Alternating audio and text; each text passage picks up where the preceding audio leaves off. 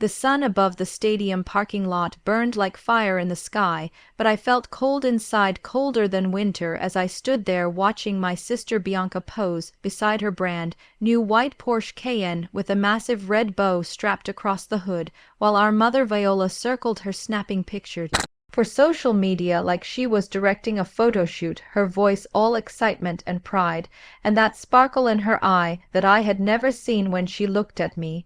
Bianca was glowing, her makeup perfect even in the 90-degree heat, her gown clinging in all the right ways, and her smile looking like it was molded from a magazine cover. She leaned back on the car holding her diploma like it was a trophy she didn't earn because she didn't. Her grades barely passed. She spent more time at parties and beaches than in class, and every time her GPA sank, our parents threw money at the university to keep her afloat. Otis, our father, puffed his chest out with joy, saying she deserved every bit of this luxury for surviving the pressure of her prestigious private school, while he looked at me like I was the stain on an otherwise perfect day. I was 5 feet away holding my diploma in one hand and sweat clinging to the inside of my gown. I graduated top of my class from a state university, ranked in the top 3 nationwide for urban planning. I had studied in 24-hour studios, slept on cold tile floors, pulled triple shifts, and yet Otis looked at me like I should apologize for existing. He told me not to sulk because I should be proud of Bianca for surviving what he called a challenging environment more demanding than the blue-collar program I had picked. He said this while Viola fished through her expensive purse and tossed me a wrinkled envelope. I caught it before it hit the ground. Inside was a gift card for Olive Garden, expired 3 months ago. I looked up holding that worthless plastic, while she shrugged, saying it was the thought that mattered, and that they were broke after spending so much on Bianca's education. They said I should be grateful I got anything at all then. Bianca's fiancé, Caleb, stepped in smooth, polished and smug. He looked me over from head to toe with those judging eyes that screamed entitlement. He said a Porsche didn't suit someone like me, since I was going into urban planning and would be spending my time on construction sites in boots and hard hats, and that a luxury car would look out of place. I should ride the bus because it built character. They laughed loud enough for the whole lot to hear, all of them, my parents and Caleb, treating my years of sacrifice like a joke, like I was the charity case holding an expired coupon while they posed next to an $80,000 lie. And the irony was this: Caleb, the man they bet on, the man they worshipped like he was royalty. He had no idea, none of them did, that the project he bragged about leading downtown had been taken from under his nose, that his father's firm had been outbid by someone. They knew, someone standing right there clutching a useless gift card, someone they never thought could rise to that level. That someone was me. My name is Tiana. And when I stepped on stage to give the valedictorian speech, I didn't read the quotes I had submitted for approval. Instead, I looked Otis and Viola in the eyes and read the foreclosure notice on the house they thought they owned. But to explain how I got to that moment, you have to go back to when it all broke apart, to the night of the family meeting 4 years earlier in the living room of the house I grew up in, where Otis sat in his recliner and Viola on the couch flipping a magazine, and Bianca and I on the floor reading our college acceptance letters. I had gotten into Georgia Tech with a partial scholarship and needed about $5,000 to cover housing and books. Bianca got into a liberal arts college famous for expensive tuition and rich kids who studied majors like art history. Otis cleared his throat, saying they had reviewed the finances and made a decision they would be paying for Bianca's entire tuition room and board. My heart stopped. I asked, what about me? I only needed a little to make it through the first year. Otis looked at me like I was asking for the moon, said there was no money left. Viola chimed in, saying I was strong, independent. I could handle things myself. I had always been a hard worker, unlike Bianca, who was delicate, who needed support and stability, and the unspoken truth was thick in the air that favored her because of how she looked, lighter skin, looser curls, the kind of pretty Viola adored, while I had our father's darker complexion and tight coils. And to them I would never be enough. Otis said Bianca needed to be surrounded by success, by wealthy men and private circles to elevate the family name. While I was headed to a state school full of engineers who worked with their hands, Viola said I would be fighting for scraps, and they were actually doing me a favor by forcing me to stand on my own. When I reminded them that Grandma had set aside college money for both of us, Viola's smile dropped and Otis's voice turned sharp. He said the money was theirs to manage, and they were choosing to invest it in Bianca. Because she was the best return, they said I would waste it. I looked to Bianca, waiting for her to say something to split the money to be a sister, but she just shrugged, said she couldn't deal with the stress of working while studying, and that her social network was too important. I stood up then, heartbroken, tears hot on my face, told them I'd figure it out on my own, that when I made it, and I would make it, I owed them nothing, not a call, not a dollar. Viola laughed that cold, fake laugh, told me to pay my rent so I wouldn't end up back in their house, and that they were turning my room into a closet for Bianca's vacation clothes.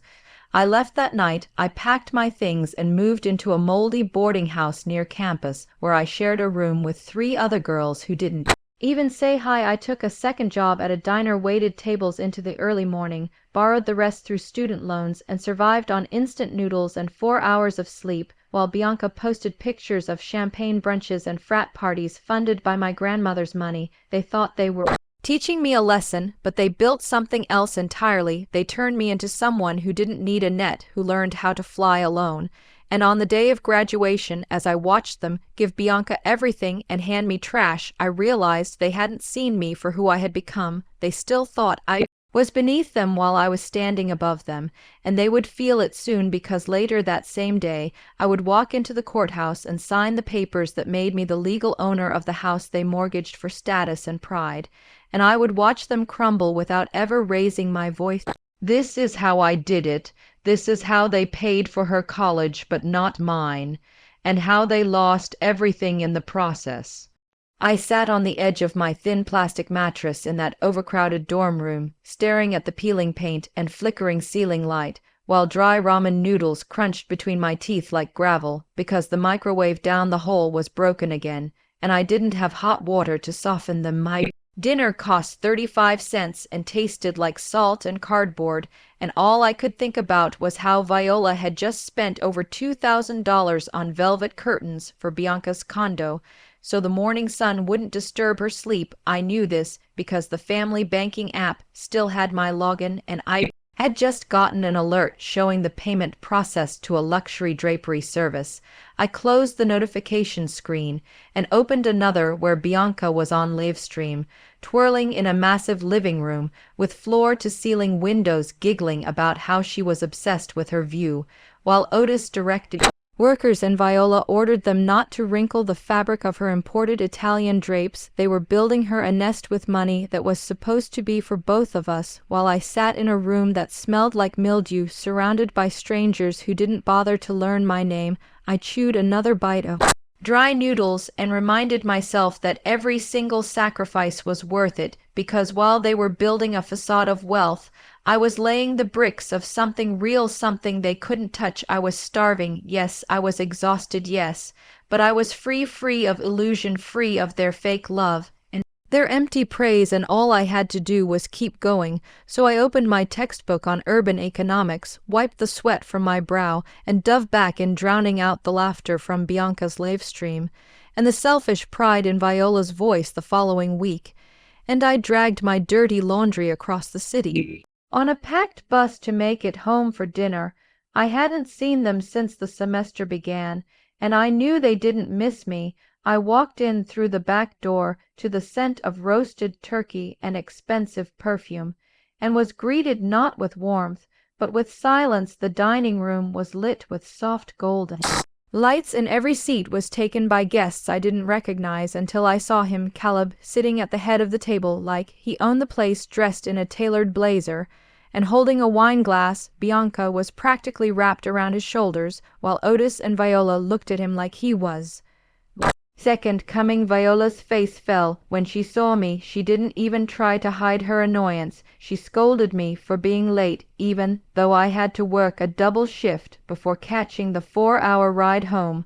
I tried to sit, but Caleb eyed me with thinly veiled disgust and greeted me like I was some stranger from a lower caste. Said he heard I went to a state school and studied urban planning, which he described as construction work with a diploma. Said I'd probably end up holding a stop sign on a highway, while real developers made the decisions. Otis slapped the table, laughing so hard he wheezed.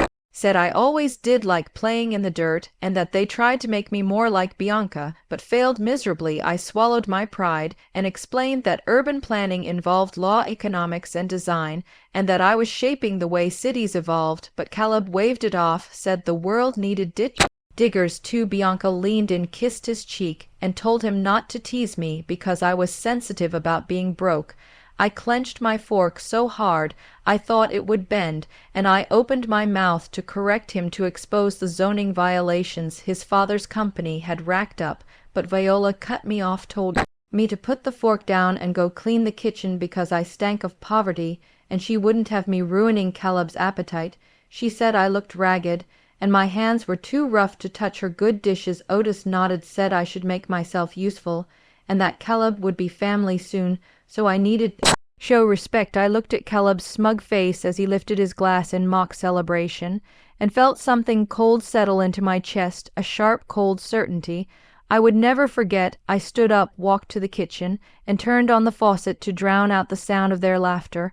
I scrubbed the roasting pan until my arms burned, and as the hot water poured over my hands, I made a silent promise I would bury their arrogance. I would bury every insult, every humiliation with my success. They called me a ditch digger. I would dig a trench so deep I could throw their entire legacy inside and cover it with the dirt they once mocked me for touching. The next week, a red notification blinked on my student account. If I didn't pay $1,200 by Friday, I'd be dropped from all classes. I had taken extra shifts, I had skipped meals, I had sold my winter coat, and I was still short. I stared at my phone, and with trembling hands I called Viola, explained everything, asked for a loan, begged for just enough to stay in. Rolled. She scoffed, said they didn't have it, said Otis had just bought a boat, and Bianca had just received $5,000 for sorority dues because she got into a prestigious chapter that required a large buy-in. I asked how they could spend $5,000 on a club and not spare $1,200 for my education.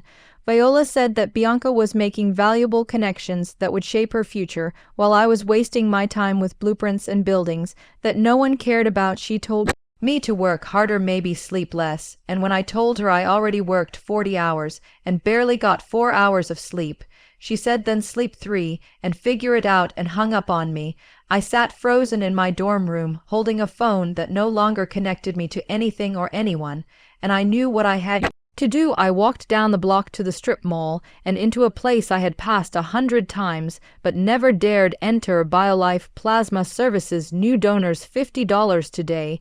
The waiting room smelled like bleach and desperation, and I joined the line with my head down, filled out paperwork, and lied about eating a full meal. They hooked me up to a machine that pulled the life out of me, separated the plasma, and returned what was left. My teeth chattered from the cold, my head swam, and my limbs felt like lead, but I walked out with $50 and used it to buy a banana, ate it on the curb while staring at the bruise on my arm and knowing I'd have to do it again and again because no one was coming to save me. 2 days later, I stood in the living room of my childhood home, surrounded by funeral flowers choking on their artificial sweetness, while Otis and Viola accepted sympathy cards for a woman had barely visited in her final days. Grandma Rose had been the only one who truly saw me, and before she passed she whispered about an emerald brooch hidden in her vanity, something valuable, something meant for me, a head start, she said.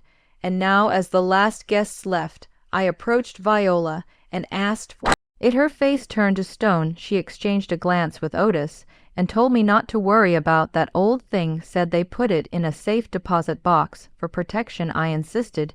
She said the brooch was too valuable for someone like me and would be used for Bianca's dowry, said it would look stunning on her wedding dress. And I knew then they weren't just stealing from me, they were stealing from the last person who had ever loved me. Otis barked that the heirloom stayed with the family, and I wouldn't know what to do with it anyway. I wasn't part of their vision of legacy. I turned away, my heart shattering silently. I walked out without saying good-bye. I didn't cry. I was done crying. I was done hoping. I looked at the sky above the neighborhood I once called home, and I swore I would one day own every square inch of it, and they would have to rent from me if they wanted to breathe the air I had paid for. Weeks passed, and I kept working, kept studying, barely surviving.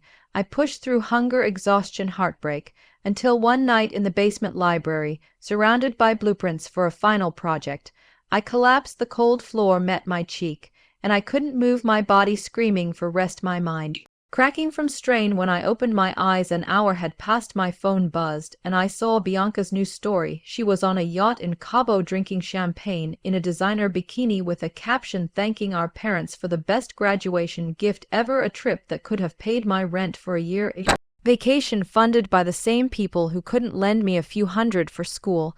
I stared at the screen, feeling something in me shift. I could quit, I could give up, walk away. But then I looked at my blueprints, at the future I was designing for others, and realized this was my revenge. Every sleepless night, every missed meal, every plasma donation, it all built towards this. I wasn't just surviving, I was creating. And someday, when the champagne dried up and the credit cards were maxed out, Bianca would need a place to live, and the person she would beg for a lease would be the same girl she laughed at with her champagne glass, and I would remember it all. I picked up my pen and kept working. As the sun rose outside the windows, they could have Cabo, I would have the city, and that would be worth more than any boat in the world. The Georgia heat pressed down like a punishment as I stood on the construction site, wiping sweat from my brow beneath a hard hat that smelled like metal and grit. The air was thick and heavy, the kind that clung to your skin and made breathing feel like work.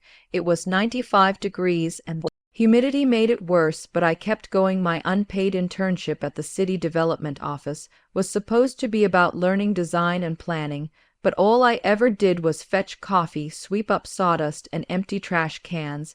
They didn't care about my ideas, they didn't even bother to learn my name. I was just the girl with the clipboard and the duct-taped boots, too invisible to interrupt their meetings, and too quiet to be worth their attention, until that one day, when everything changed. I was walking past the main table where the senior architects stood, huddled around blueprints for a new community center, when I overheard Mr. Henderson, the lead engineer, boasting to a contractor that he'd rerouted the drainage system through the north sector, said it was cheaper and no one would notice the difference, except I knew that site. I had walked it for class projects and drawn my own surveys. I knew that if they pushed runoff to the north during the rainy season, the building's foundation would flood and rot within 2 years. I stepped forward, heart pounding, and said, "Excuse me, Mr. Henderson, if you redirect to the north, you'll hit the high water table. The saturation there is too unstable, and the foundation won't hold." I suggested routing to the west where the retention basin could handle it. He turned to look at me like I had spit on his shoe, then sneered and told me to get him another coffee. Said he didn't need a janitor lecturing him on soil density. I wanted to scream, wanted to throw blueprint across the lot, but instead I waited until they all left for their long lunch break. And then I walked to the table and picked up a red marker. I crossed out the flawed drainage route and sketched my own. I drew calculations in the margins, soil load values, saturation levels, rainfall averages. Everything I had learned the last 3 years poured onto that paper, and when I was done I capped the marker with shaking fingers and turned to find a tall woman in a white power suit standing behind me. I recognized her immediately. It was Mrs. Jordan, the lead investor in the project, a titan in real estate world, sharp-eyed and commanding. She walked to the table, studied my red lines, and then looked at me without blinking, said Henderson insisted north was the best route, and I just proved him wrong in 5 minutes. She asked my name. I told her Tiana, the intern. She reached into her purse, pulled out a checkbook, scribbled something, and handed it to me. I stared at it. $5,000 as a consulting fee. She said if I came back Monday with a perfect corrected set of plans, she would pay my tuition for the rest of my degree and give me a job. I nodded, speechless. She told me not to fail because she did not invest in failures, and walked away, heels clicking like a gavel on the concrete.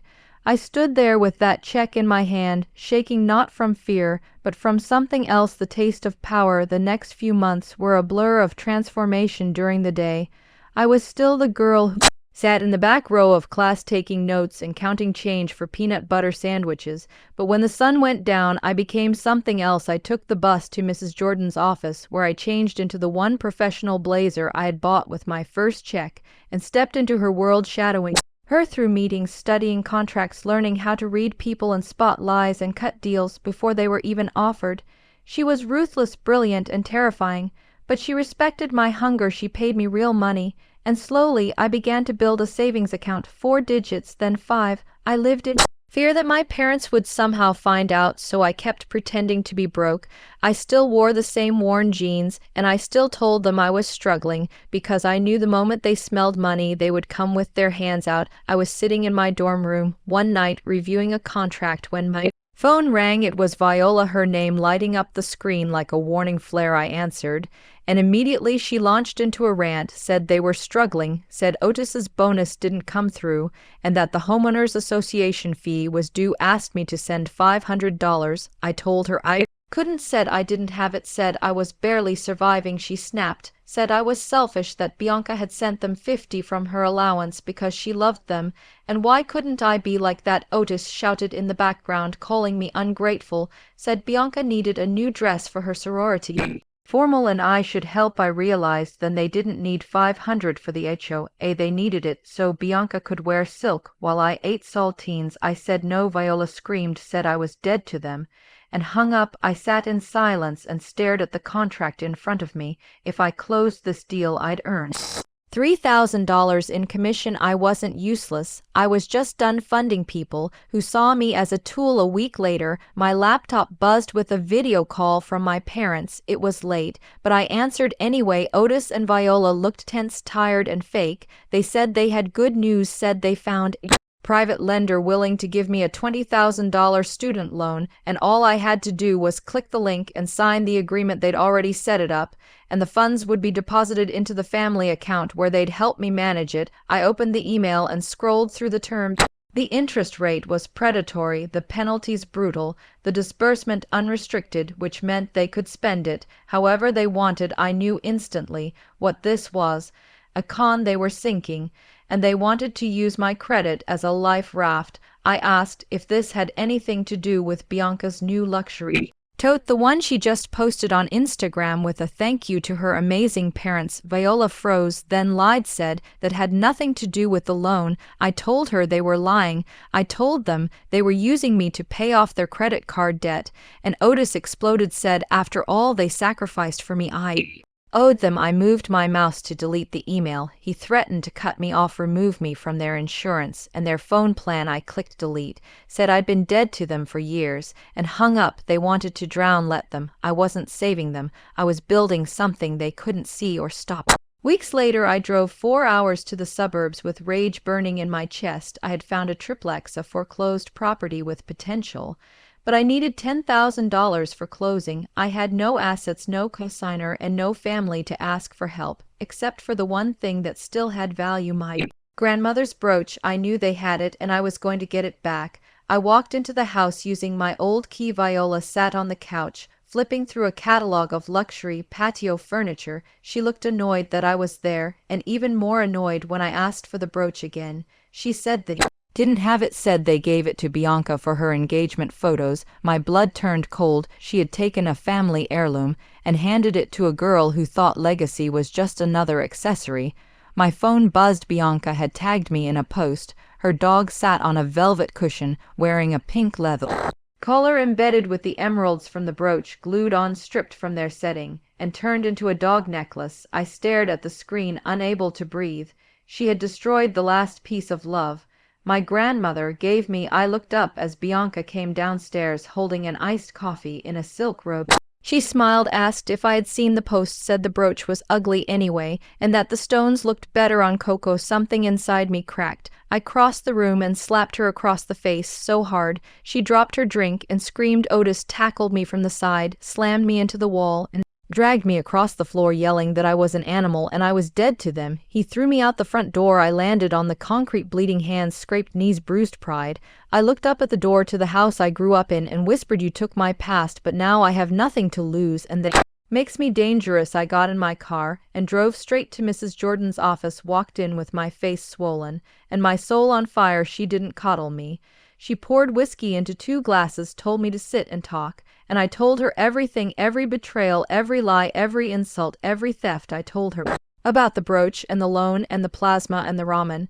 And when I broke down, she gave me exactly 3 minutes, then slammed her palm on the desk, told me to stop crying, that I didn't need their love, I needed leverage, said I didn't have to hit them to hurt them. I had to own them. She pulled out a folder. It was the triplex I wanted, the one I said I could flip. She said the price had dropped, said she'd cosign if I did all the work and turned it into something profitable. Said every dollar I earned I should use to buy another property and another, until I owned everything they thought was theirs. I looked at the file, felt its weight, and realized it was a weapon, not a gift. I said, "Where do I sign?" She handed me a pen and welcomed me to the game. I wasn't Tiana the disappointment anymore. I was the predator. I was Phoenix Holdings, and they had no idea I was about to buy the very roof they slept under. The triplex smelled like decay and defeat when I first walked in, the air heavy with mold, cigarette smoke, and something sour that clung to the walls like an accusation. Every step stirred up decades of dirt and failure.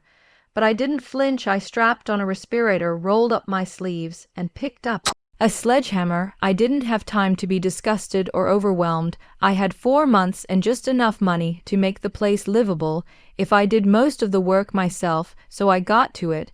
I ripped out cabinets stained with grease. I tore up rotting carpet that squished under my boots. I learned to wire outlets by watching shaky videos at 3 in the morning.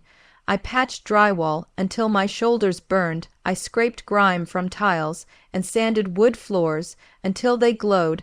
I slept on a leaky air mattress in the one room without water damage, wrapped in a thin blanket with a hammer under my pillow. I didn't complain. I didn't cry. I worked because the noise was better than the silence in my head.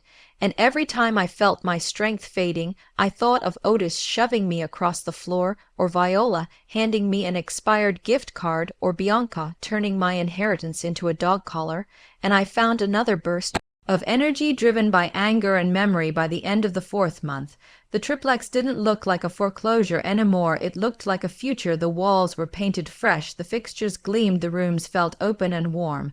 And when I listed it on the market, a bidding war broke out. It sold in 3 days. I sat in the title office with my hands scrubbed raw but steady as the agent slid the final check across the table.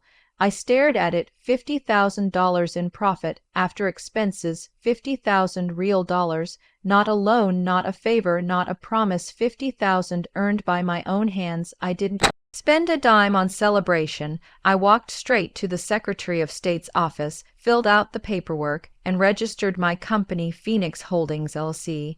I used a registered agent to keep my name off the public records. I wanted to move like a ghost and build like a storm while they were busy pretending to matter. I was going to become the force that made things move. I deposited the money and started hunting for my next property, my next target. My parents thought they had erased me, but they had only buried a seed, and that seed had roots and teeth. The next few weeks moved fast. I bought a second property, then a third, small flips each time, but strategic locations, neighborhoods about to boom, parcels with potential. I kept my margins tight, and my crew even tighter. I only hired people who knew what it meant to starve, who didn't flinch at long hours or sweat stained work. I didn't need suits, I needed soldiers. While I kept pretending to be broke, I kept wearing the same jeans. I told Viola I was still scraping by, and she believed it because people like her only see what shines. I knew they were hurting. The mortgage was bleeding them. Bianca's wedding was draining them. Otis's business was sinking like a stone, and still they acted like royalty. I knew because I still had access to that banking app, and I watched the overdraft fees pile up like tombstones. Then one day I got an invitation to a charity gala hosted by one of Mrs. Jordan's contacts. I wasn't on the guest list. Of course, I was the assistant carrying her purse and taking notes, blending in like furniture, and that was perfect because halfway through the night I saw Caleb standing near the shrimp tower in a tuxedo holding court with his smug parents, his voice loud, his laughter fake. The moment he spotted me, his face twisted into a sneer, and he made a joke about me sneaking in through the kitchen, called me a little construction worker, and said I probably still fixed up crack houses in the ghetto. Mr. Sterling, Caleb's father, barely looked at me, said, "Oh, so this is the sister, the one who plays in Dirt. Bianca says she's still doing manual labor." How quaint. I kept my face blank, said nothing, let them talk, because what they didn't know was that the condo tower they had planned to build on the waterfront had been outbid by Mrs. Jordan, and I was the one who found that deal in a quiet 3 a.m. call. I was one who moved faster than their lawyers, and now they had to beg her for a lease, but they didn't know I was standing right there. They thought I was just the help. Mrs. Jordan walked up, asked me to take a memo, and I pulled out my tablet calm as ever. Mr. Sterling tried to cozy up to her mentioned age partnership. She smiled thinly and said if he wanted access to her schedule, he had to go through me. His face dropped, and I turned away, following her out of the room with every eye on my back.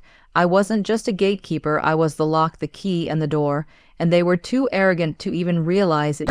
A week later, Viola called not to invite me to Bianca's engagement party, but to ask me to help with catering, said they had let 2 servers go, and since I wasn't busy, I could work the floor. She called it contributing to my sister's happiness. I said yes, not because I wanted to serve them, but because I needed access. I showed up in a black vest and white shirt, carrying trays of lobster puffs. Walking through that glittering country club like a ghost, I served drinks to people who had never seen me as an equal, watched them clink glasses, and toast to futures built on my blood. When I reached the head table, Caleb pointed at me loud enough for everyone to hear, said, "Look, babe, the help has arrived. Is that your sister or a stray?" Bianca giggled, told him to be nice, and I just smiled, asked if he wanted champagne. He knocked the glass from the tray. It shattered at my feet, and the cold liquid soaked my shirt. Otis didn't even blink, told me to clean Caleb's shoes. I stood there dripping, humiliated, while Caleb extended his foot, waiting for me to kneel.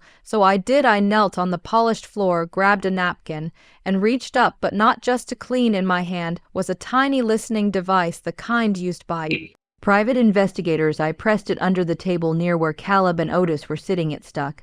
I stood, wiped the leather, and walked away soaking wet, but victorious. In the parking lot, I pulled out my phone, opened the receiver app, and put in my headphones. The audio came in clear. Caleb laughing, talking low to his friend. Trevor said they were marrying into money, said Otis and Viola were desperate, said he needed the dowry and the deed to some rental property to cover his gambling debts, said once the wedding was over he'd drain their accounts. Then Otis's voice came on, slurred and panicked, talking about how broke they were, how the second mortgage was due, how they needed Caleb to take over payments or they'd lose everything. Viola whispered back, said they were tapped out, said they just needed to hold on until the wedding because after that they'd be part of the Sterling family and everything would be fine. I sat in my car listening to their entire empire unravel in real time. They were lying to each other, stealing from each other, using each other like lifeboats on a sinking ship. And I had the whole thing recorded. The next day, I scheduled a meeting with my banker, said I wanted to purchase a distressed asset, a suburban home at 42 Willow Creek Drive. He looked over the records, said the owners were behind on payments, had maxed out their equity, and were heading toward foreclosure. I slid an offer across the table, more than the bank would get at auction, and within an hour I walked out holding the deed to my parents' home. They didn't know it yet, but I was now the bank, and the bank was calling in the loan. I sat in my car in the parking lot, staring at their signatures on the mortgage papers, thinking about every dollar they had thrown at Bianca, every excuse, every insult, every time they laughed at me while their ship was sinking. I wasn't their daughter anymore, I was their creditor, and soon I'd be standing on their porch, not as family, but as the person they had to beg for mercy, and I would remember every moment they made me feel small, and I would answer their tears with silence.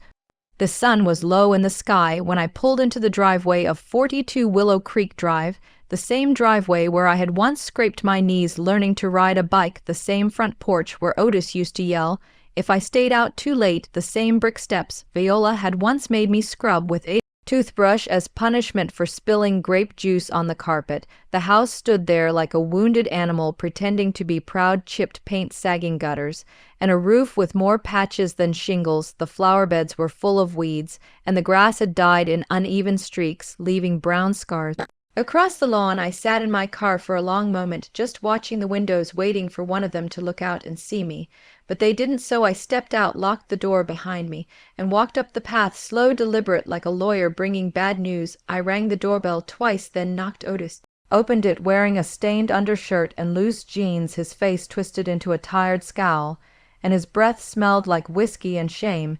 He squinted like he didn't recognize me, or maybe he just didn't want to. I said, "Hey, Dad, can we talk?" His jaw tightened, said Viola was busy, and if I was here for money I could save it because they didn't have any. I told him I wasn't here for money, I was here for a conversation, something important, something legal. He frowned, told me not to start drama, especially not with Bianca's wedding around the corner.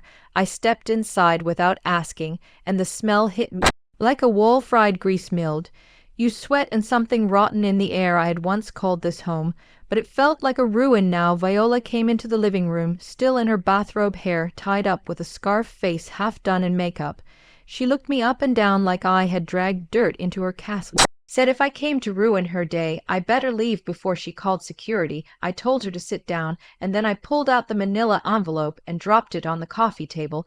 It landed with a heavy smack, louder than it should have. The silence that followed was like holding a breath underwater. Otis picked it up, opened it, and stared at the papers inside. His lips moved slowly as he read, but the words didn't seem to make sense to him. Viola snatched the papers from his hand, scanned them, and her face drained of color. She looked up at me, eyes wide, mouth dry, asked what the hell this was. I told her that the house was no longer in their name, that I had purchased the debt from the bank and filed the paperwork with the county, and that effective immediately, I was the legal owner of the property, and they were tenants on borrowed time. Otis stood up fast, chest puffed, hands shaking, called me a liar. Said it was impossible, that the bank would never do that. I pulled out a second envelope, showed him the sale agreement, the notary stamp, the signatures, and then I pulled out my phone, opened the county assessor's site, and typed in the address. The screen loaded, and there it was in black and white: owner, Phoenix Holdings LLC. They both stared like the screen had cursed them. Viola started shouting, said I was evil, said I was betraying my blood, said I was ungrateful after everything they had done for me. I told her the only thing they had done for me was abandon me, and that now I was simply returning the favor. Otis tried to bluff, said he'd call a lawyer, said he'd sue me, said he'd drag me through court. I told him to go ahead, but he might want to read the fine print first, the default clause, the 30-day notice, the eviction trigger. I had followed every law, every rule, every timeline, and the sheriff's office was already holding a court date for the final lockout. I said I had come to offer a different solution, one that didn't end with their belongings on the curb. Viola went pale. Otis sat down, heavy like gravity, had doubled. I said I would give them 60 days rent-free to move out if they signed the voluntary vacancy agreement. I even offered to help cover moving costs, not because I forgave them, but because I wanted them out clean. No drama, no delays. They didn't answer. They just sat there like statues, broken by the truth. Later that night Bianca called. I didn't answer. She called again, then texted, then called from Caleb's number. I finally picked up. She was screaming, said I had embarrassed Mom and Dad, said they were crying, said I was tearing the family apart. I told her there was no family left to tear apart, that the day they chose her over me was the day they made their choice permanent. She said I was jealous, bitter, pathetic. I said she was blind, spoiled, and about to marry a man who saw her as a bank account. She laughed, said I would never be invited to the wedding, and I told her that was the best news I had heard all day. The line went dead, and I blocked her number. I didn't want apologies or fake kindness. I wanted distance, clarity. I wanted them to know I could rise without them, that I didn't need to scream to be heard, because power moves in silence. The next morning, I went to my office early. My name wasn't on the door, but everything inside had my fingerprints. The files, the deals, the blueprints pinned to the wall. I spent the next week finalizing paperwork for a new development, a set of affordable housing units near the university, where I had once studied, broke and hungry and invisible.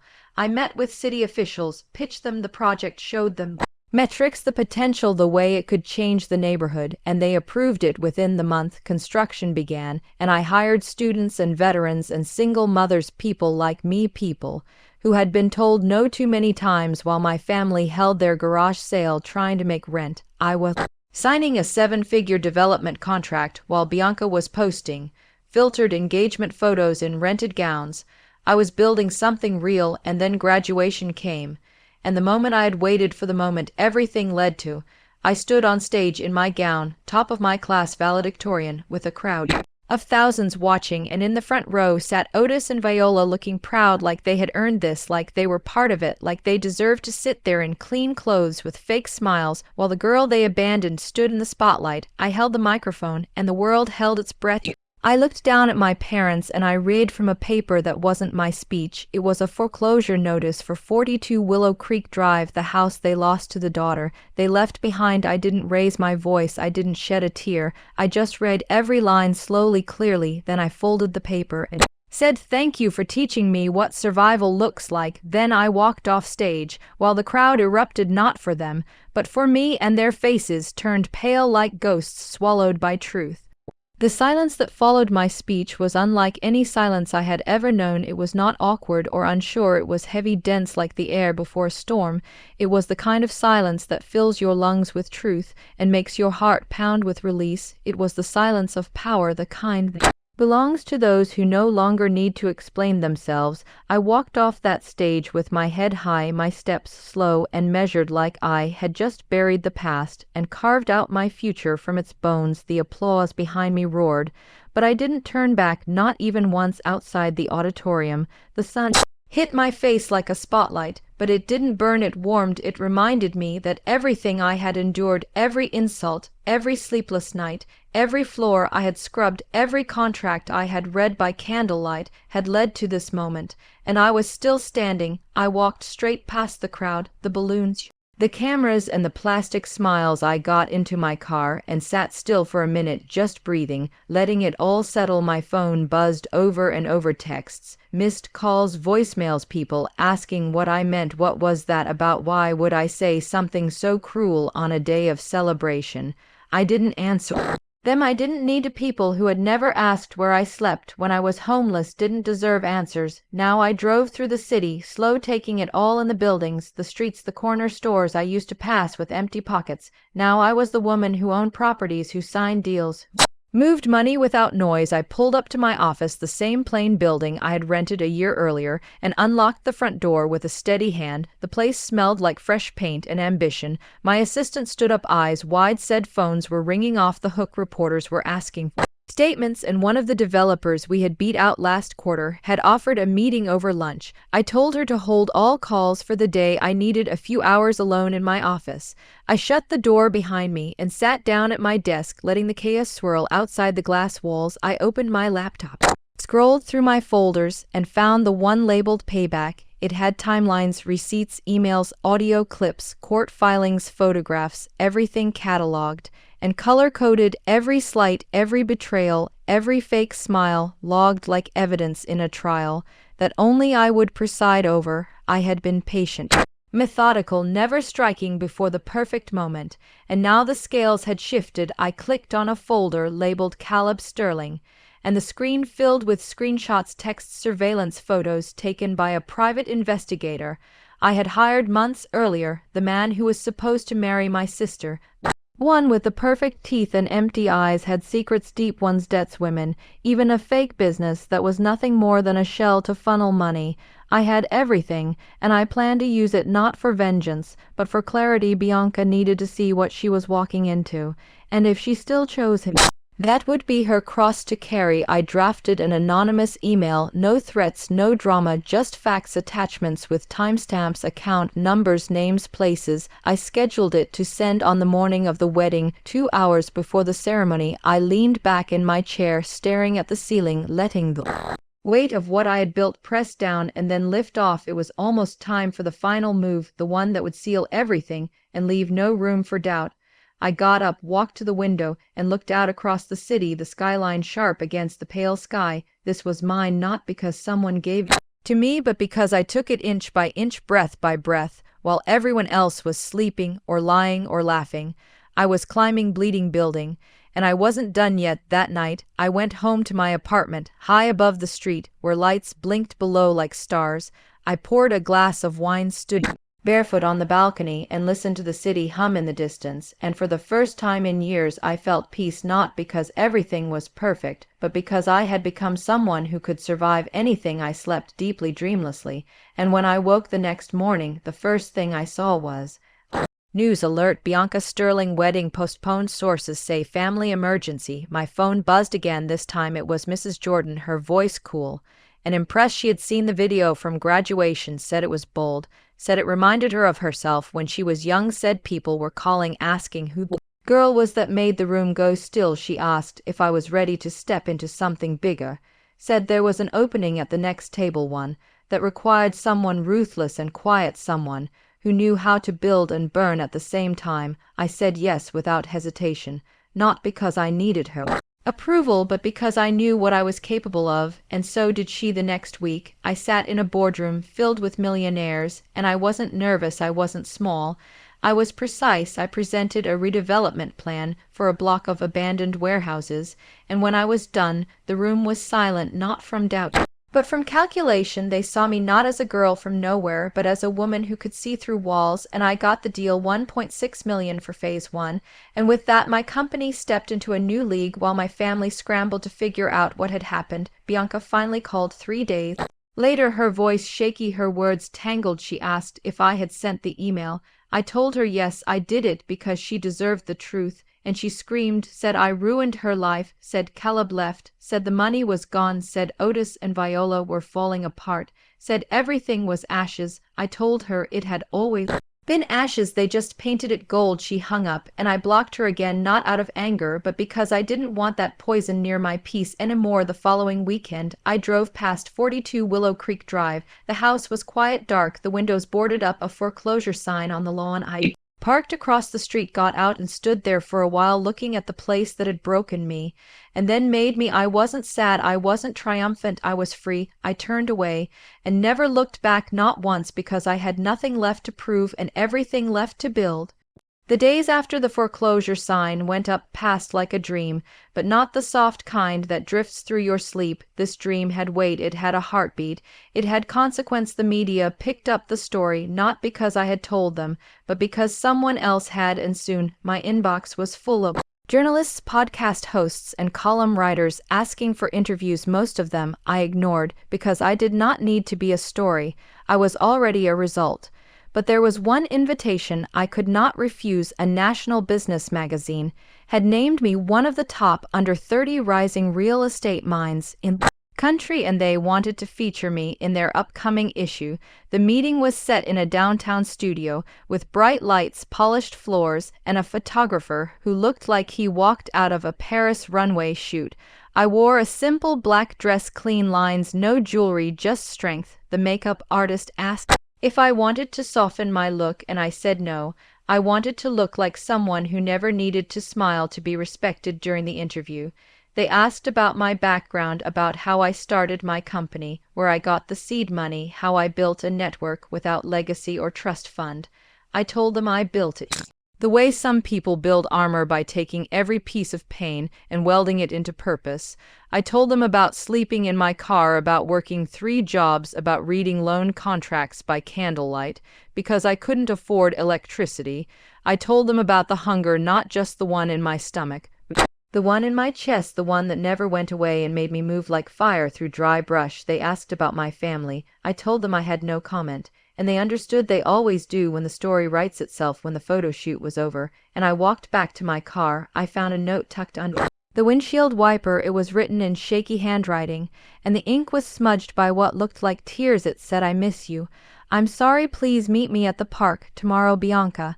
I stood there for a long time, just holding that note and letting the memory of her voice whisper through me. We used to sit on the swings for hours talking about our future and how we would always have each other. I didn't know if she meant it back then or if she meant it now, but I went to the park anyway because some wounds deserve a scar, not a scab. She was already there, sitting on the bench by the willow tree, her hair pulled back, face pale, no makeup, eyes red. She stood when she saw me, but didn't move closer. She said, thank you for showing me the truth about Caleb.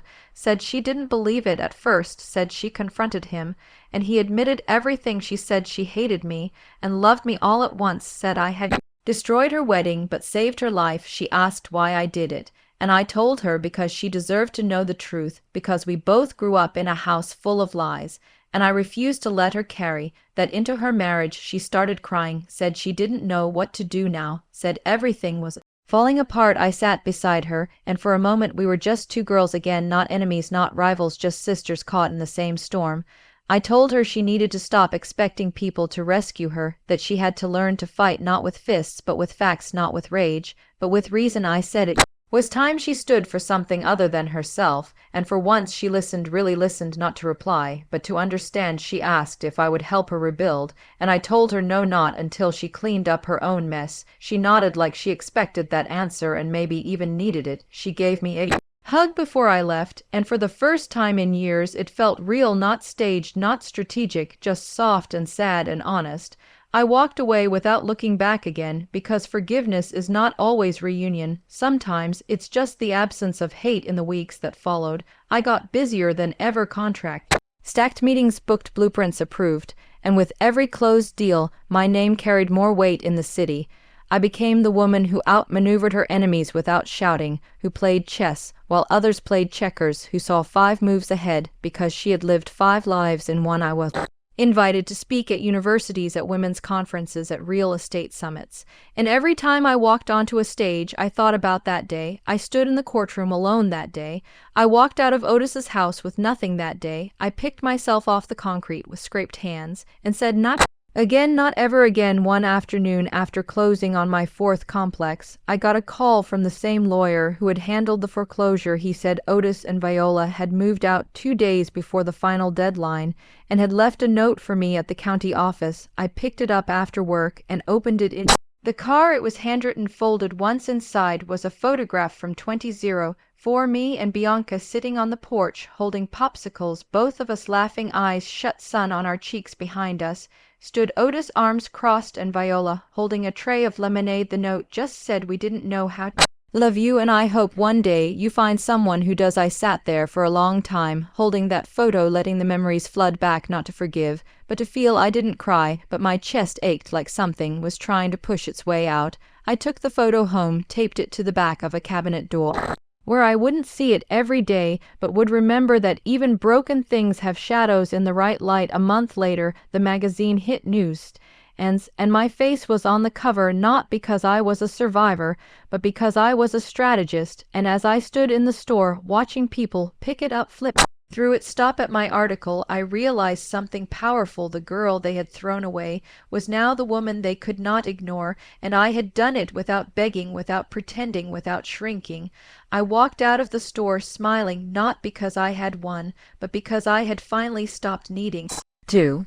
The momentum didn't slow down after the article dropped. In fact, it picked up like wind through a canyon, rushing around me, lifting everything I had built higher than I thought possible. Investors started calling, not just local ones, but national names. People I had once only seen in headlines and magazine covers wanted to sit across from me, hear my thoughts, ask my opinion on zoning projects and land swaps in regions I had never even visited before. One particular deal caught my eye. A development company in Chicago had been sitting on a stretch of old industrial land for years, unable to secure the permits and community buy-in to flip it into a residential district. Their emails were laced with desperation, but also opportunity. They wanted someone with credibility, someone with a clean image and a proven track record to come in as a minority partner and lead negotiations. I flew out within 2 days, met with the board, presented my pitch, not flashy, but grounded in strategy and long-term value.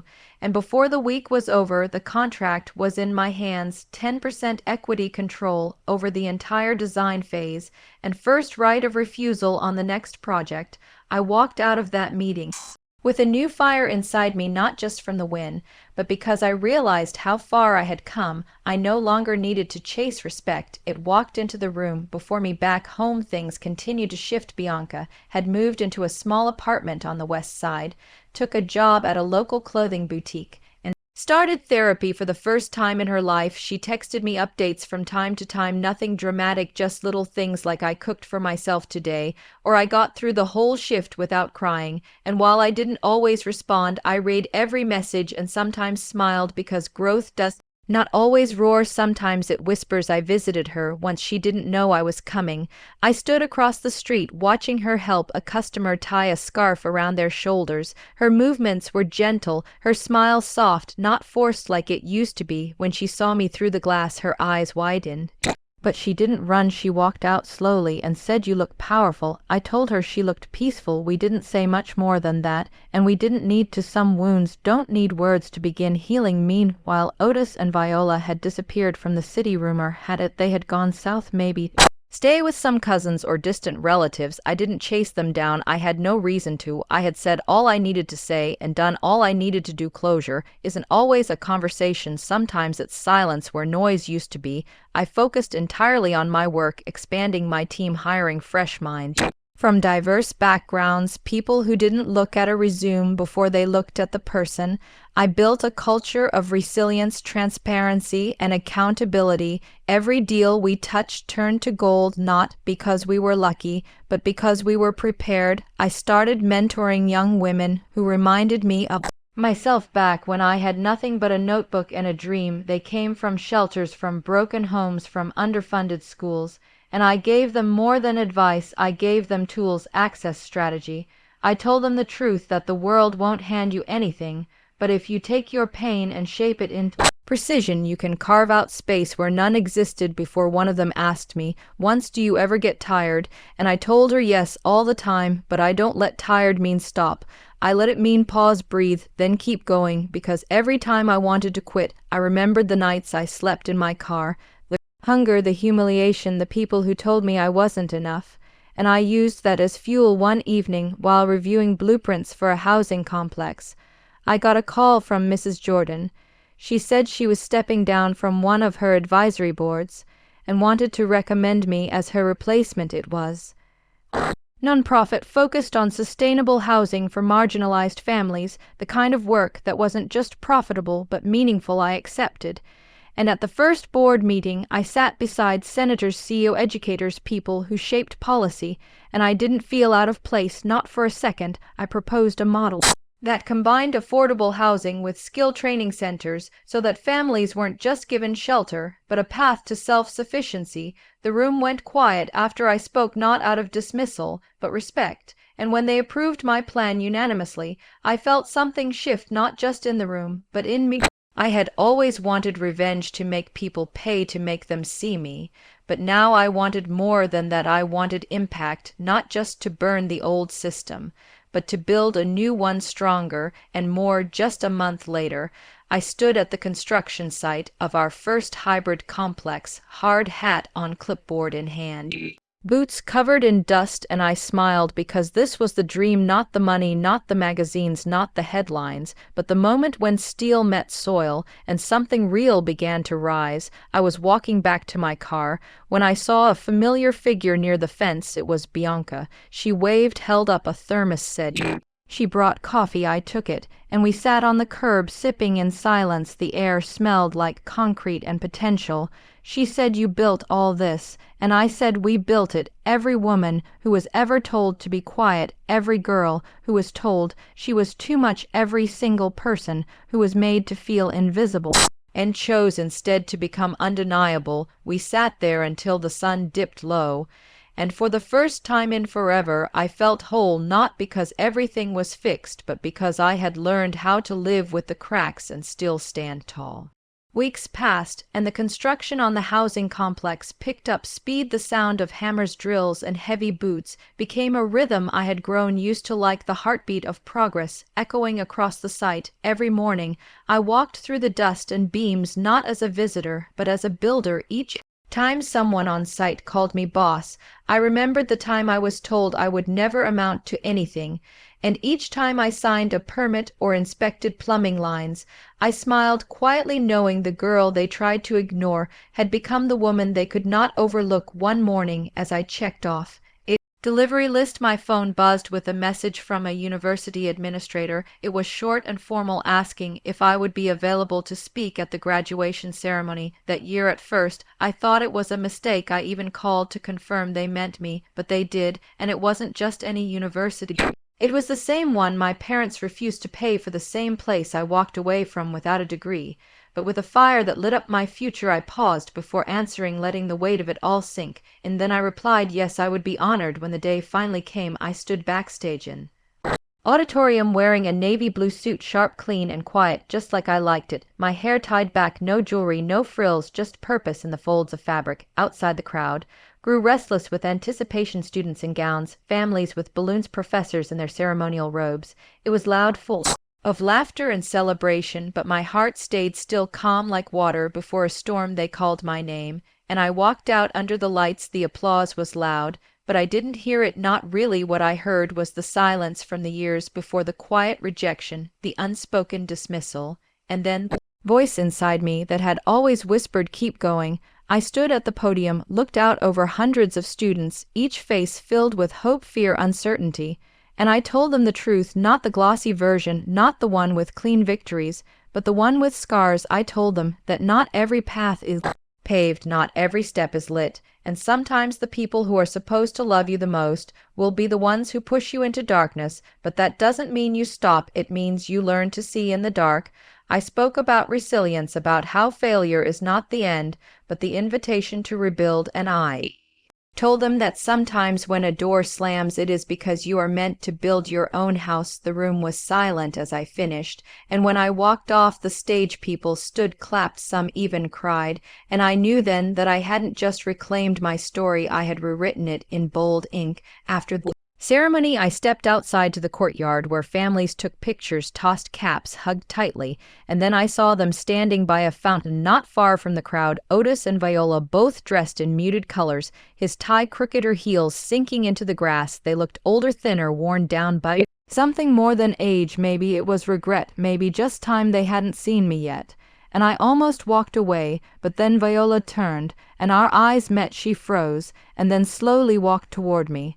Otis followed a few steps behind. When she reached me, she didn't speak at first, just looked at me like she was trying to recognize the woman I had become, and maybe she couldn't, maybe she didn't want to. She finally said, you look successful, and I replied, I am. She nodded and said, I heard about the housing project and the board position and the magazine, and I waited for the apology, but it didn't come, not directly. Instead, she said, I don't expect you to forgive us, and I said, good, because I haven't. Otis stepped forward, cleared his throat, said, we did what we thought was best at the time, and I asked best for who. He didn't answer, just looked away like the truth was too sharp for his throat. Viola said, Bianca told us what happened, and that you were the one who uncovered it. I said she deserved the truth, and then I added, you both did too, even if you never wanted it. Otis tried again, said we lost a lot since then, and I said so did I, but I turned my loss into something that helped people. What did you do with yours? They didn't respond, not right away.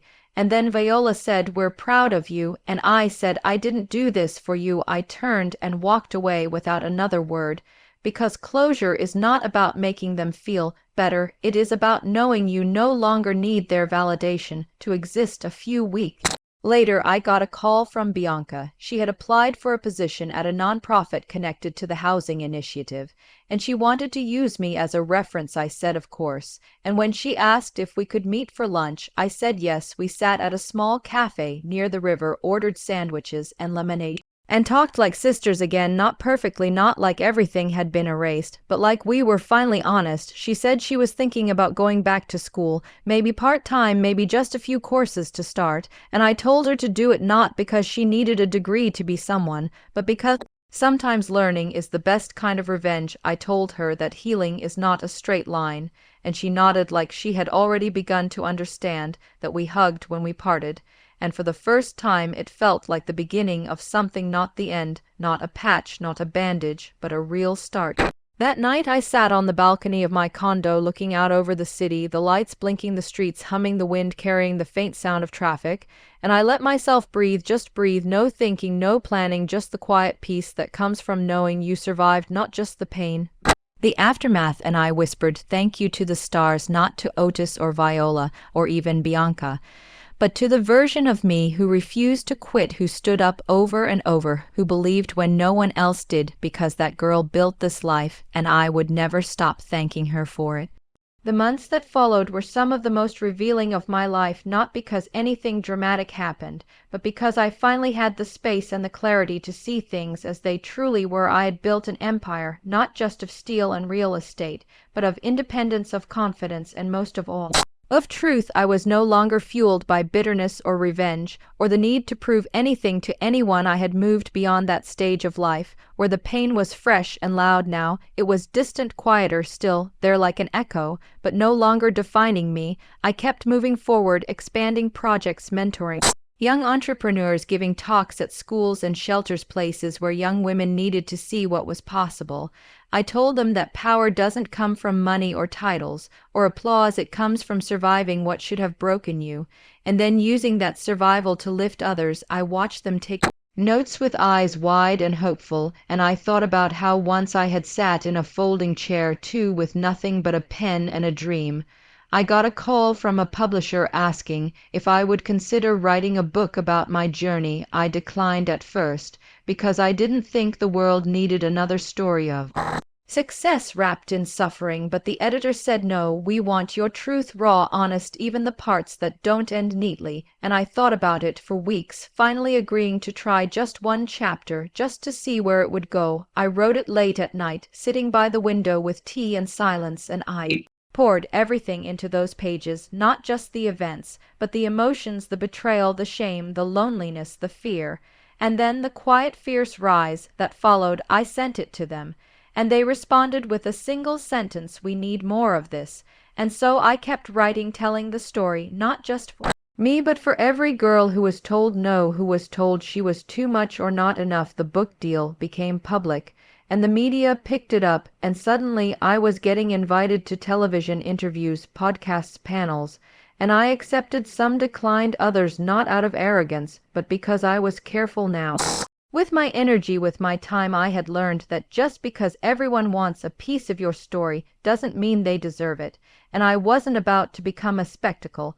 I had worked too hard to become a force. Instead, I focused on the launch of our second housing initiative, this one even larger in scope, designed to house over 100 families and include child care, vocational training, therapy offices, and community gardens.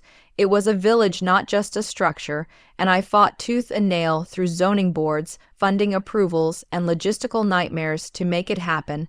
And I did because I had built credibility, I had built alliances, and more importantly, I had built unshakable resolve. One afternoon, while reviewing landscape plans, I received a message from an unknown number. It said, I saw your interview, you really turned it around, signed Viola. I stared at the screen for a long time, then deleted the message without replying, not because I was angry, but because I no longer needed the last word. The silence was mine to keep. A few days later, I ran into Bianca again at a nonprofit event. She had started volunteering part-time and was glowing in a way I hadn't seen before. She told me she had officially enrolled in evening classes and had even started a small blog to document her healing journey. She handed me a printout of one of her posts, and I read it that night curled up on my couch. It was raw, vulnerable, and full of truth, the kind that doesn't beg for sympathy, but stands tall in its own messy light. I texted her it was beautiful, and she replied, thank you for giving me the strength to write it. And I smiled because I hadn't given her the strength, I had simply reminded her it was always there. We continued to rebuild our relationship slowly, brick by brick, like a house that had burned down but still had a solid foundation. We talked openly about the past, about the favoritism, about the silence and the secrets, and while some of it still hurt, it was freeing to speak it aloud without pretending, without denial. It was like exhaling after holding your breath for too long. We laughed sometimes too, about silly childhood memories, about how I used to hide snacks in my pillowcase, and how she used to practice crying in the mirror. We were flawed sisters, but we were also survivors, and that bond ran deeper than blood, deeper than pain. During one of our lunches, Bianca told me that Otis had been diagnosed with a heart condition and was now on medication. She said he had aged rapidly and barely left the house. Viola had taken up gardening and mostly stayed quiet, and I listened not with joy or sadness, but with distance, like hearing the weather report from a town I no longer lived in. I asked Bianca if she had seen them recently, and she said occasionally, but it was always strained, full of awkward pauses and unsaid apologies. And I told her to protect her peace, that she didn't owe anyone access to her healing, especially not the people who had wounded her. She nodded and said, I learned that from you, and I realized in that moment that revenge had transformed into something bigger than justice. It had become legacy, not of destruction, but of rebuilding. I received an award that month from a national housing coalition, recognizing my innovative approach to community development, and I accepted it with humility, but also with pride, because every brick, every beam, every blade of grass in those projects represented resilience. They were monuments to every no I had turned into a yes, every door that had slammed in my face, every room I had been denied. I had built my own rooms now and filled them with people who saw worth beyond credentials and status and bloodlines. I began working on a new initiative, a startup accelerator, specifically for women who had experienced financial or familial betrayal. I called it Ember because fire doesn't die, it transforms, and those women were embers waiting to become flames. I secured funding from partners who believed in the mission, and soon applications poured in, stories from women who had been left behind, who had been told they were too late or too broken, and I welcomed them in, told them they were right on time, and that nothing about them needed fixing, only fueling. The first cohort launched with 10 women, and watching them pitch, watching them stand tall and speak with conviction, brought tears to my eyes, not because I saw myself in them, but because I saw what was next, and it was beautiful, it was fierce, it was unstoppable. The launch of Ember marked another turning point in my life, not because it made headlines or because it was a hit from the start, but because it deepened my understanding of what transformation really means. I had once believed that changing your life meant proving everyone wrong, building success out of spite and standing tall, while others who doubted you stood in awe. But Ember showed me something even greater, that true power comes not just from healing your own wounds, but from reaching into the lives of others and helping them stitch theirs closed too. I worked closely with every woman in that first cohort. We met weekly in a shared space filled with warm lighting, whiteboards, and coffee. The room always buzzed with energy, ideas flying, doubt creeping in and out, but always silenced by determination. I watched them pitch to panels, revise business plans, secure microloans, and more importantly, reclaim confidence that had been stripped away by betrayal. I saw them bring their children to meetings because they had no one else to watch them. And I smiled because I had been that woman too, once building dreams while juggling responsibilities others never had to think about. One afternoon, after a particularly emotional session, I stepped outside for air, and Bianca was waiting by my car. She said she had something important to talk about, and I could tell by the way she held her purse tight to her side that it was serious. We sat in the car, windows down, and she told me Otis had been hospitalized after a mild heart attack. Viola had been the one to call the ambulance, and now both of them were asking for her, asking if she could bring me to visit. I looked out at the street, people walking, dogs, couples laughing, traffic lights blinking, oblivious to the weight in my chest, and I asked her why now, and she said maybe they're scared, maybe they're trying to make peace, or maybe they just don't want to leave this world. With that silence still between you, I nodded, but didn't say yes, because the truth was I had made peace long ago, just not with them, but within myself. I told her I would think about it, and we hugged, and she left, and I sat there for a long time, thinking about the girl who once cried in her room because her parents called her selfish for wanting something for herself, thinking about how far she had come, not despite them, but because of the void they left, and how that emptiness forced her to fill herself with purpose. And now, standing at the edge of another decision, I wasn't sure if I owed them anything. I spent the next few days buried in work, balancing meetings and interviews, finalizing a partnership between Ember and a national women's finance organization, and all the while my mind kept returning to Otis in a hospital bed, Viola sitting by his side, maybe reading, maybe just staring at the wall, wondering what could have been. I thought about how people often wait until time runs out to say what should have been said years earlier, and how Sometimes they only seek forgiveness when mortality becomes undeniable eventually. I agreed to go not for them, but for me because I needed to see for myself whether the people who broke me were even capable of understanding what they had done. Bianca picked me up, and we drove in silence most of the way, her fingers tapping the steering wheel, her eyes occasionally glancing at me, unsure of what I would say or do. We arrived at the hospital, and she led me through quiet hallways filled with machines and muffled voices and antiseptic air. When we reached the room, Otis was asleep, his skin pale, his frame smaller than I remembered. He looked fragile, almost unfamiliar. Viola sat in a chair beside him, hands folded, eyes tired. When she saw me, she stood slowly, her mouth opening, then closing like she didn't know how to begin. I nodded slightly, and she whispered, "Thank you for coming." We sat in silence for several minutes, the kind that isn't awkward but heavy necessary. Then Viola said, "He's been asking for you," and I replied, "I didn't come for him, I came for me." She nodded as if she understood, and then Otis stirred, opening his eyes slowly, and when he saw me his breath caught for a moment, and then he said, "You're here," and I said, "I am." He reached for a glass of water and took a slow sip, and then looked at me with eyes that had seen too much and too little all at once. He said, "I know I was wrong," and I replied, "You were," and he said, "I should have been better," and I said, "You should have," and then he said, "I don't expect you to forgive me, but I needed to say it," and I said, "Then say it." He took a long breath and said, "I failed you not just once, but many times. I saw your strength, and I punished you for it. I feared your independence, and I made it seem like defiance, and when you needed me to be your champion, I became your wall, and I'm sorry I didn't say anything for a moment, because it wasn't the words that stunned me, it was the fact that he finally named the truth, and naming it made it real, made it undeniable. And I said I lived a long time waiting to hear that, and now that I have, I can't finally move forward, not with you, but without that weight." Viola touched my arm gently and said, "I never stopped loving you," and I said, "Maybe not, but you stopped protecting me, and love without protection is not love, it's convenience." We sat a while longer, and I told them about the work I had done, about the communities I had built and the women I was helping, and they listened like strangers hearing a myth.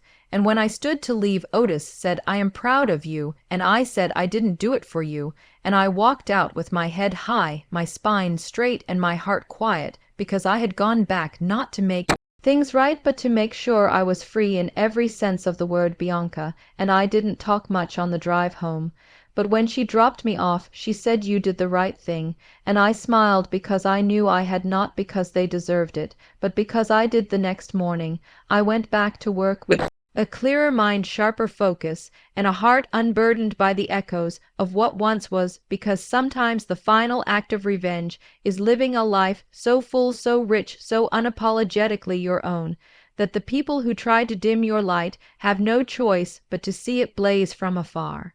After that visit to the hospital, something inside me settled like a door quietly closing that had creaked open for years, not because I had forgiven them completely or that the past no longer mattered, but because I no longer needed anything from them.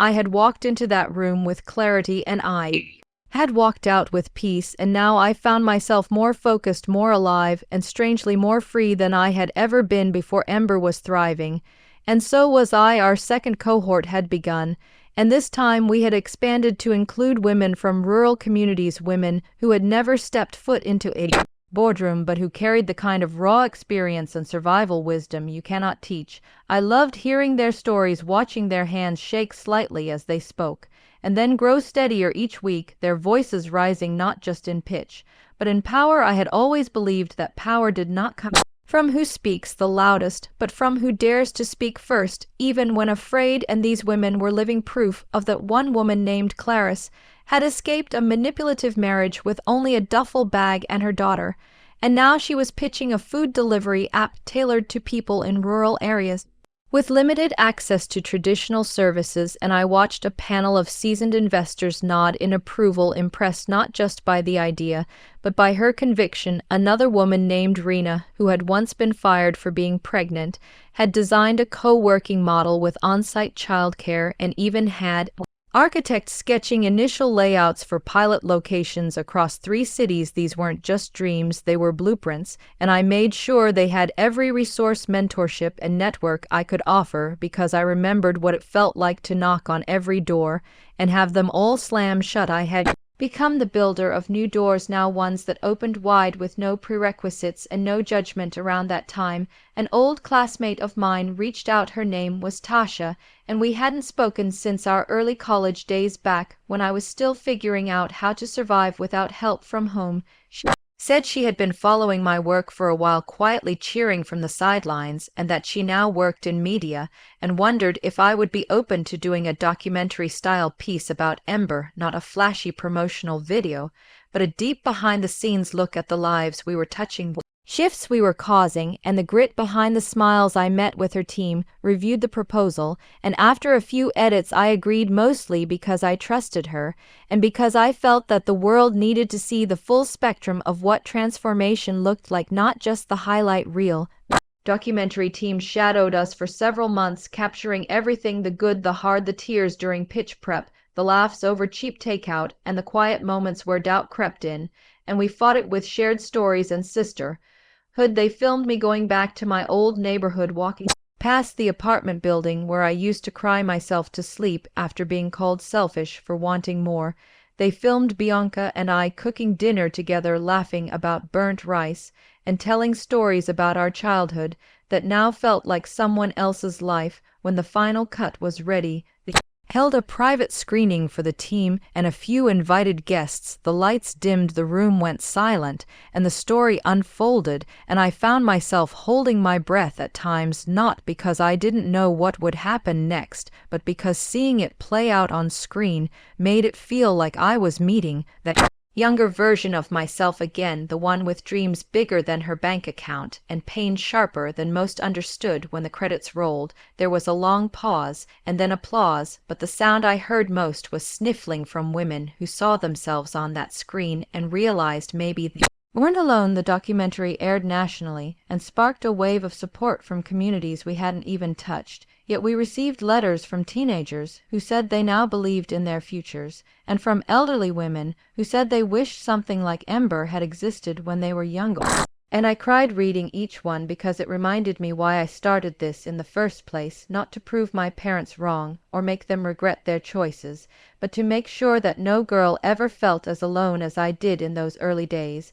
The media attention also brought new challenges. Suddenly everyone had an opinion. People who had never lifted a finger to help women before were now offering partnerships, some genuine and many opportunistic, and I had to tread carefully, remembering that not every spotlight is worth stepping into, and not every compliment is rooted in respect. I kept my team grounded, made sure we never lost sight of our core mission, and ensured that we celebrated quietly and worked loudly. One day, I received a letter in the mail, a handwritten envelope with familiar cursive. It was from Viola. Inside was a note that simply read, "I watched your story. I finally see it. I am sorry for not being the mother you needed, and I will spend the rest of my life trying to become the woman you deserve to remember." I folded the letter, carefully placed it in a drawer, and closed it, not out of anger, but because I had already received what I needed that day in the hospital. Everything after that was just an echo. Bianca and I continued to grow stronger as sisters, learning how to navigate the new terrain of honesty, something that had once been foreign between us.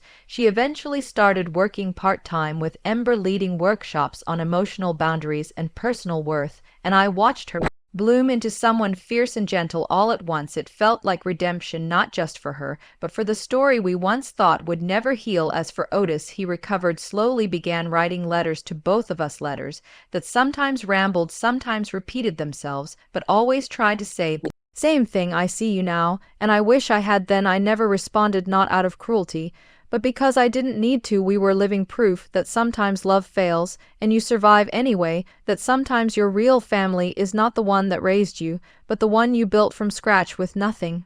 Scars and hope and stubborn faith in your own future. Ember eventually expanded into 5 cities, and we partnered with national corporations to place graduates in meaningful leadership roles. And I watched as woman after woman walked into boardrooms confidently, no longer asking for permission, claiming her seat because she had earned it with every sleepless night, every broken promise, every scar that no one ever applauded. I gave a speech at one of our largest graduations, and I remember standing on stage looking out at the sea of faces, many with tears streaming, many with children on their laps, and I said, "You are not broken, you are the builders, and what you are building will outlast every storm that tried to break you." And they stood and clapped, and some shouted, and I knew in that moment that revenge had taken its final form, not fire, not fury, not even silence, but legacy, and that legacy would continue to grow far beyond me, far beyond the girl I once was, far beyond the parents who once turned their backs because I had turned pain into purpose, and that purpose now belonged to every woman who dared to begin again. As Ember grew, so did the weight of responsibility, and while most people assumed the pressure came from expanding budgets, managing teams, or dealing with press, the truth was the heaviest burden was maintaining authenticity, because when something starts from pain and grows into something beautiful, the world tries to reshape it, polish it, dilute it, make it easier to digest, but I refused to let that happen. I made it my mission to protect the raw heart of Ember, to ensure that no matter how wide we reached, we would never lose the pulse that started it. I began spending more time on the ground. Again, sitting in on workshops, listening to stories, shaking hands with janitors and security guards, reminding myself of the layers that make up change, because change does not only live in headlines, it breathes in the quiet, unseen spaces where women whisper their first truths and realize they will not be punished for them. One day after a training session in Phoenix, I stayed behind to talk to a woman named Saul. And she was tall, quiet, with eyes that carried a decade of grief. She had lost custody of her son during a rough divorce and was rebuilding her life one paycheck at a time. She told me that for years she had accepted the narrative that she was unworthy, and that only through Ember did she realize her worth wasn't defined by failure, but by her refusal to stay down. And as she spoke, I saw a mirror of myself, not in her story exactly, but in the way she refused to give up even when it hurt. That night, as I lay in my hotel room, I thought about legacy, not in the grand historical sense, but in the deeply personal one, the kind that is built one choice at a time, one woman at a time, one truth at a time. The next morning, I received a call from a contact at the Education Board. They were launching a new initiative designed to support non-traditional learners, and they wanted my input. They offered me a seat on the advisory council.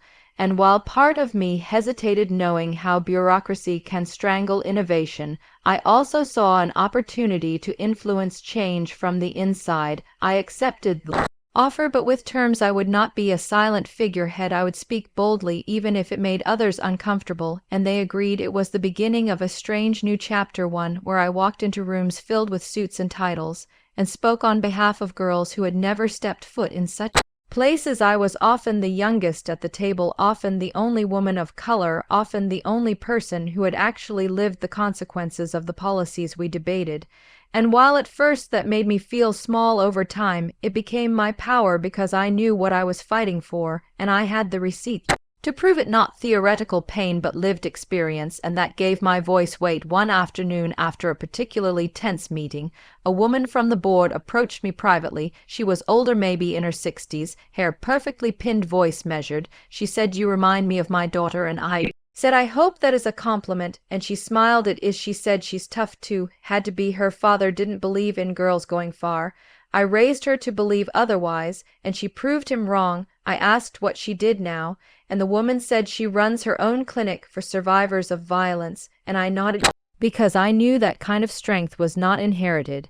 It was chosen, built, crafted every day against the tide. Over the following months, the council pushed forward several reforms, many of which had direct roots in my proposals, and while not all passed, the ones that did made real impact. Funding for single mothers, access to online degree programs, flexible financial aid, and I knew it was just the beginning. One night, I returned to my apartment and found a letter in my mailbox with no return address. Inside was a check, not a small donation, not a symbolic gesture, but a significant amount, enough to fund an entire cohort for Ember and cover housing stipends for 2 years. There was a note attached. It said, "I am not asking for forgiveness, just trying to do one thing right." Signed. Oh, it took me a moment to register what that meant. and when I did, I sat down slowly, the weight of it sinking in, not because I needed the money. Ember had grown strong and stable, but because for the first time Otis had offered something, not in exchange for control or pride, but quietly and without expectation. I deposited the check and sent a short message, "Thank you, no need to reply," and that was that, a thread lightly tied, not fully mended, but no longer frayed at the edge. A few weeks later, Bianca invited me to a family dinner, something casual. She said just a few of us, no pressure. I considered declining, not out of spite, but because sometimes old environments stir old wounds. But then I thought about growth, about how real healing is not always comfortable, and I said yes. When I arrived, I found her small apartment filled with warm lights, the smell of baked chicken and fresh herbs, and laughter, real laughter, not forced, not guarded, just soft and free. Viola was there too, helping set the table, and when she saw me she smiled, not with guilt or fear, but with something gentler, maybe gratitude, maybe just respect. We didn't hug, but we didn't flinch either, and that felt like progress. Dinner was filled with stories about childhood, Bianca teasing Viola about her obsession with labeling pantry items, Viola rolling her eyes but laughing, and I mostly listened, occasionally joining in, mostly watching how time can soften edges, not erase but reshape. The night ended with leftover pie, mismatched mugs of tea, and a quiet kind of peace, and as I walked to my car, Bianca hugged me tight and whispered, "I'm proud of you," and I said back at you. The following morning, I opened my laptop to find an email from a journalist who had watched the documentary and wanted to write a feature piece, not on Ember, not on policy, but on me. And while my first instinct was to decline, I paused. Maybe it was time to tell the whole story, not for validation, but for anyone else walking through fire thinking they were alone. I agreed under one condition: the piece had to focus on both failure and triumph, the mess and the miracle, because that was real, that was life. The interview was long, raw. She asked about everything: my parents, my decision to leave school, the early days of Ember, and I told her the truth, not just the clean parts, but the ugly ones too.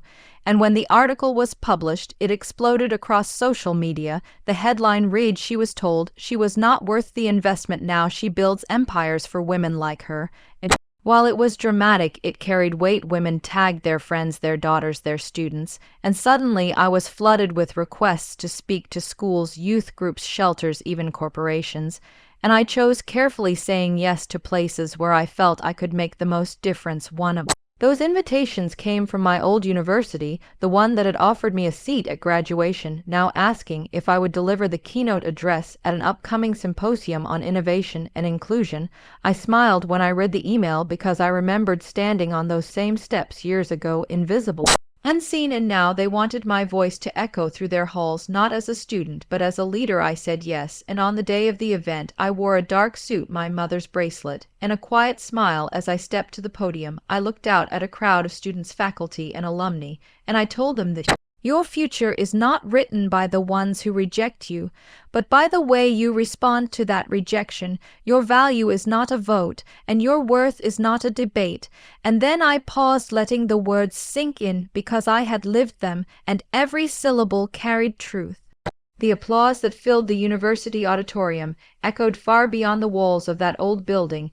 As I stepped down from the podium, my hands steady, my breath calm, I saw people standing not just for what I had said, but for what it meant that someone like me, someone dismissed and overlooked, could now stand in the very place where I had once felt invisible, and be honored not as a guest, but as a voice of truth. I shook hands, smiled, posed for photos, signed a few programs, and then slipped away into a quiet hallway, my heels clicking against the polished floor as I walked past classrooms where I used to sit dreaming of possibilities I was once told I could not afford. Outside the building, a soft breeze moved through the trees, and I sat on a bench beneath a familiar oak, remembering the afternoon I'd sat there years ago, crying into my hands because the financial office had confirmed my worst fear, that there was no money for me, no path forward, no help coming. And yet here I was on the same campus as a keynote speaker. And behind that moment was not just growth, but years of decisions, every one of them hard, every one of them mine. I left the university that day not just proud, Resolved that my journey had to remain honest, that I would never let the shine of recognition erase the grit of where I came from a week later. I was back at the Ember office, and the energy there felt different, more electric. A new cohort had started, and the space buzzed with nerves, laughter, dreams. And as I watched the women take their seats, I felt an overwhelming wave of emotion, because each of them reminded me of a different version of myself, some young and afraid, some angry and hardened, some trying not to hope too much, but all of them willing to try, and that was the key, trying, not waiting for rescue, not depending on someone else to hand them worth, but stepping forward despite the fear. One of our new team leads approached me. Her name was Dani, and she had a sharp wit and a soft heart. She told me she had left a six-figure job in tech to join Ember because she wanted to do work that mattered. She said the paycheck was smaller, but her soul felt bigger, and I laughed because I understood exactly what she meant. The next few weeks were a whirlwind. We were planning a major retreat for our graduates, something intimate and powerful, a weekend in the mountains where women who had gone through the program could reconnect, share progress, and build each other up. I poured everything into that retreat, from the opening ceremony to the late-night fireside talks, because I wanted them to feel seen, truly seen, not just as survivors or statistics, but as whole people, capable, brilliant, worthy. And when the weekend arrived, it was everything I had hoped and more. There were tears, yes, but also laughter so loud it echoed through the trees. One night, as we sat by the fire passing around mugs of cocoa, a woman named Celia stood up and said, "I used to think my story ended when I lost my job, when my husband left, when I moved into that shelter, but now I see that was just the middle, and the best part is still being written."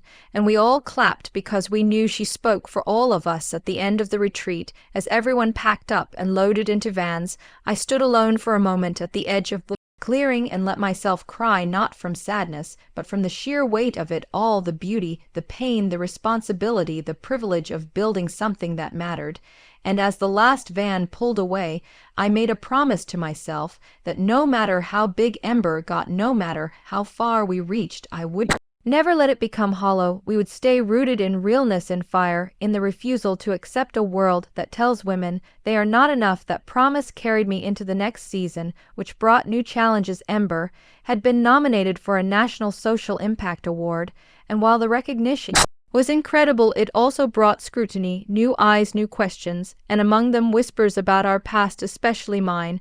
A journalist from a major outlet reached out saying she wanted to write a deeper profile, something that explored my family history, the choices that led to Ember, and while part of me recoiled from the idea of reopening old wounds, another part of me knew that truth matters, not just the victories, but the scars too. And so I said yes and sat down for the most vulnerable interview of my life. I talked about my parents, about the day I found out there was no college fund for me, about the sting of watching my sister's dreams be funded while mine were set aside.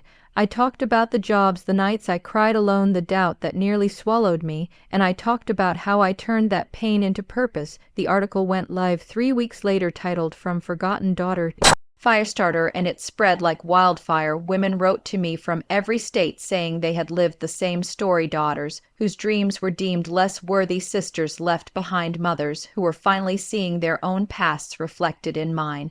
And in the flood of responses, one stood out. It was from a woman named Janine, who said, "Reading your story was like reading my diary, and I just want you to know I'm applying to college tomorrow for the first time at age 42. And I sobbed because that is why stories matter, not for ego or clout, but because they crack something open in someone else. They make room for hope, and that is the real miracle, not the spotlight, but the spark it leaves behind." That month, we expanded Ember again, launching 2 new sites and piloting a mobile unit to reach women in rural areas where support was often miles away. We brought education, trauma care, job training, and most of all, community, and the feedback was immediate. Lives changed, women found their footing, and that year, for the first time since we started, our graduation rate hit 93%, and I knew that number wasn't just a metric, it was a mirror showing us that the work worked. One afternoon, as I walked through one of the new campuses, a young woman ran up to me, eyes wide, and said, "Are you the founder?" And when I nodded, she hugged me tight and said, "Thank you for not giving up, because you not giving up helped me not give up." And I carried those words with me like armor days later. I got Call from Bianca, her voice hesitant. She said, Mom and Dad want to talk. And I said, about what? And she said, they didn't say, but they've been watching you, seeing the news, the articles, and I think they're realizing some things. And I said, I'm not sure what they expect. And Bianca said, just talk to them. Not for them, then for you. And I agreed, not because I needed anything from them, but because closure is not about them, it's about me. We met at a small diner, the same one they used to take us to after church, and when I walked in, they stood awkwardly, not sure whether to hug me or not. I sat across from them and waited, and finally my father cleared his throat and said, we owe you an apology, and my mother nodded, her hands trembling. We were wrong. He said, not just about college, but about you, about what you're capable of, about what matters, and for the first time in my life I saw them not as authority figures or gatekeepers, but as flawed people trying in their own broken way to reach across a chasm.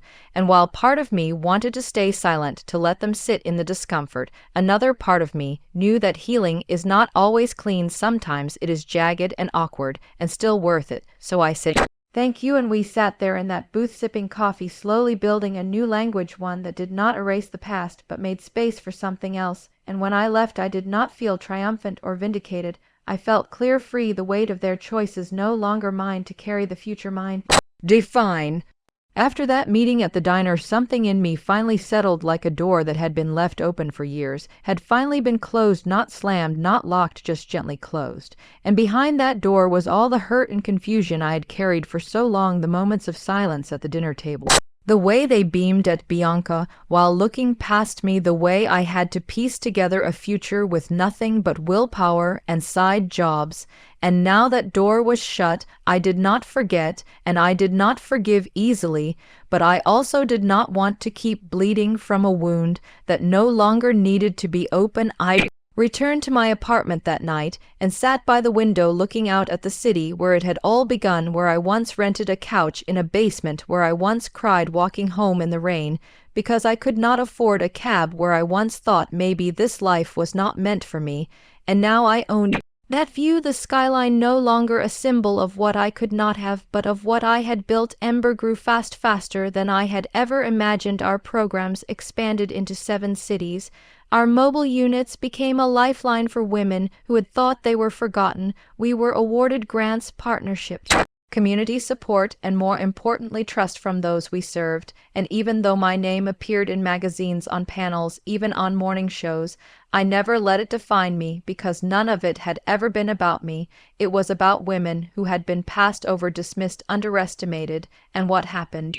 When they were given tools, not pity, when they were told, you are not broken, you are powerful. It was about rewriting the story, not just for me, but for every woman who had been told no, when she deserved a yes. I started getting invitations to speak at conferences, fundraisers, government events, and while many were flattering, one stood out. It was an invitation to return to my high school, not for a reunion, not for an award, but to speak to the senior girls about resilience and future, and what it meant to keep going even when the road disappeared. I hesitated at first, but something inside me whispered, this matters, so I accepted, and a month later I walked through those familiar halls where once I had slumped against lockers, hoping no one would notice how worn my shoes were. I passed the classroom where my counselor told me maybe community college is more your speed, and the cafeteria where I had once watched Bianca and her friends laugh like the world had been laid at their feet. I stepped into the auditorium and faced a sea of young faces, some bored, some curious, some already tired of being told what to do. But I spoke not like a lecturer, not like a guest, but like a sister, and I told them the truth. I told them about rejection and rent and ramen noodles and rage. I told them about side hustles and all-night studying, and how sometimes the only thing you will have is belief, and that is enough. I told them not to wait for the world to see their worth, because sometimes the world is blind, but that does not mean they are invisible. And when I finished, they stood not all but enough, and one girl came up with tears in her eyes and said, I did not think I could do it, but maybe I can, and that maybe was everything. I left that school lighter, not because I had changed the world in 1 hour, because I had changed something in her, and that mattered. The years that followed were a whirlwind. Ember became a model replicated internationally.